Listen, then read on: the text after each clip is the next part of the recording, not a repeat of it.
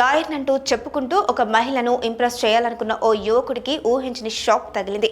హాంకాంగ్లోని ఒక 5 star luxury హోటల్లో డిన్నర్కు తీసుకువెళ్లి దాదాపు 8.9 లక్షల బిల్లు చూసి భయంతో పారిపోయాడు.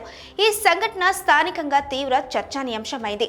ఓ 23 ఏళ్ల యువకుడు తాను ఒక లాయర్ను అని చెప్పి టెలిగ్రామ్లో ఒక మహిళతో పరిచయం చేసుకున్నారు. ఆ పరిచయం డేటింగ్కు దారితీసింది. ఇద్దరు హాంకాంగ్లోని సెంట్రల్ జిల్లాలో ఉన్న ఒక ఖరీదైన హోటల్లో డిన్నర్ కు వెళ్లారు. అక్కడ వారు ఎంతో ఖరీదైన ఆహారం షాంపైన్ ఆర్డర్ చేశారు. డిన్నర్ పూర్తయిన తర్వాత బిల్లును చూసిన యువకుడికి కళ్ళు బైర్లు కమ్మాయి. దాదాపు 80,000 హాంకాంగ్ డాలర్లు, మన కరెన్సీలో 8.9 లక్షలు బిల్లు రావడంతో ఏం చేయాలో తెలియని పరిస్థితిలో పడిపోయాడు.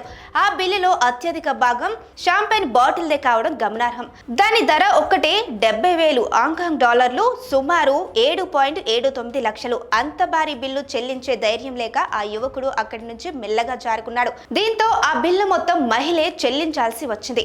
మొదట ఈ విషయంపై పెద్దగా స్పందించని ఆ మహిళ మరుసటి రోజు ఆగస్టు 29న పోలీస్ స్టేషన్లో ఫిర్యాదు చేసింది. పోలీసులు కేసు నమోదు చేసి దర్యాప్తు ప్రారంభించారు.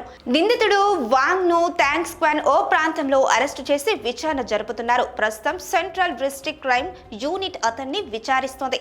ఈ ఘటన హాంకాంగ్ లోని విలాసవంతమైన జీవన శైలిని, అలాగే డేటింగ్ లో చేసే అతి ప్రమాదాల వల్ల వచ్చే అనూహ్య పరిణామాలను మరోసారి వెలుగులోనికి తెచ్చింది. నివేదికల ప్రకారం హాంకాంగ్ తన లగ్జరీ భోజన సంస్కృతికి, ఖరీదైన వైన్లకు ప్రసిద్ధి.